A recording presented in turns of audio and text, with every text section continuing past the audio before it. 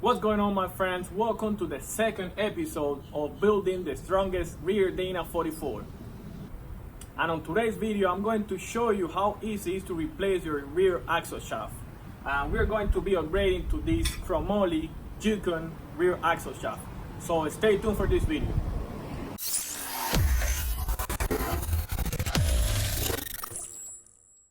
But before we begin this video, we need to press in these studs or bolts. And Karnage Motorsports did it for me. And there are other type of rear axle shaft that you don't even need to press in the bolts. But just think about this for a second. How does your original axle shaft come from the factory? Yes, that's right, with pressing studs. When you use the other kind of axle shaft where you need to screw your bolts, they can fail even if you put Loctite on them. So having this kind of axle shaft studs is a peace of mind for me. So the first step, of course, will be to remove your wheels and tires, so let's do that. Here we are, a million stars floating over our heads, beating hearts, falling apart, staying up to... And of course, remove your wheel spacer if you want one.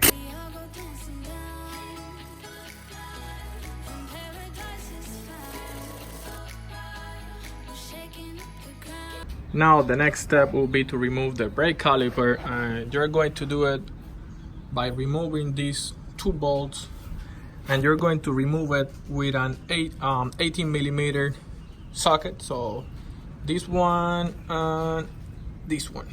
So let's do that.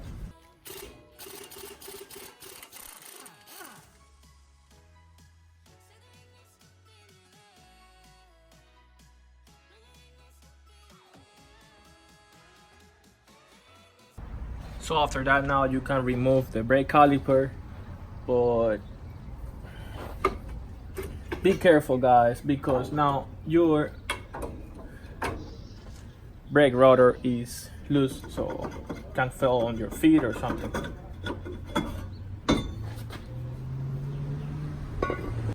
So the next step will be to remove this sensor from here, and we're going to be using an 8mm socket, so shouldn't be that hard.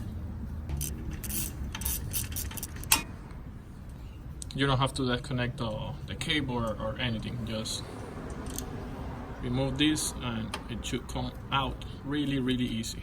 Like, remove it without need to taking out the cable. Yep. And just like this, guys. And as you can see, it is full of dirt. So if you want, just clean it up, because now it will be a good time to clean it up. It will be to remove 4 bolts and 2 on the other side. Let me show you. One here, one here, and the other one down here. They're really easy to remove, guys. And again, you can remove it, and if by any chance they are hard, you can always use a hammer. Like I'm going to use it now.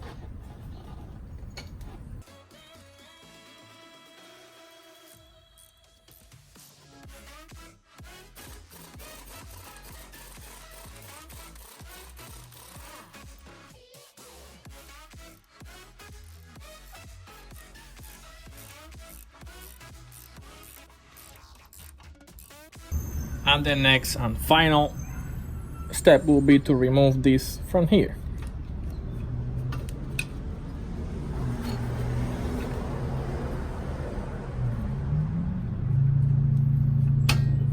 Just like that. Now you can pull your axle out. Okay, so I just took it out, and I put it like this, and I hit it hard with my hands. I didn't used to have to use a hammer or anything. Make sure to put something underneath, because some of the gear oil can come out, or you can lift this side of the axle so all the gear oil goes to the other side. Anyways, let's remove this old axle. Just like this. And another thing you would need to do is to remove this shell from the old bearing, and it should be hand tight, but in my case it wasn't.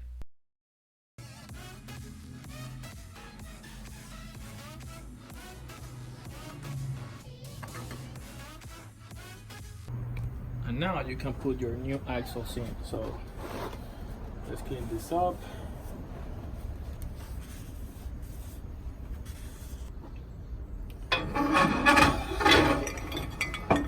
Let's raise it a little bit.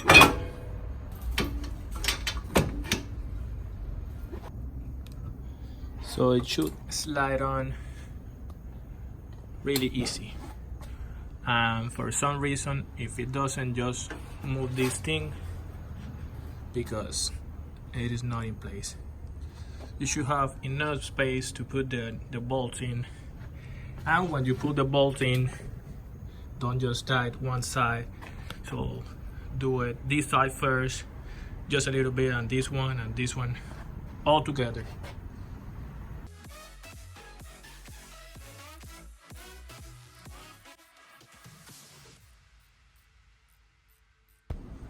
And now that everything is done, just insert the sensor back.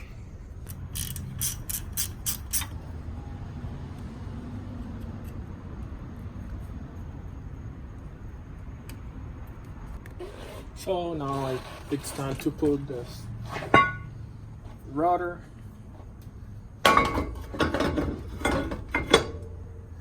and the brake caliper.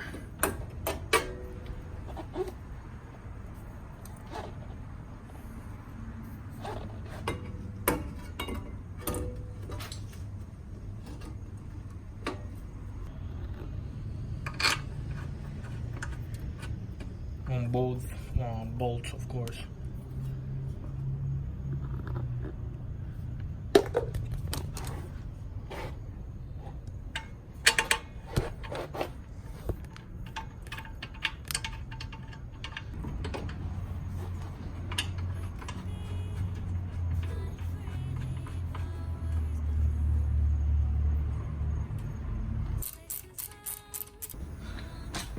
And now it's basically putting the spacer on the wheel back, so it's really easy.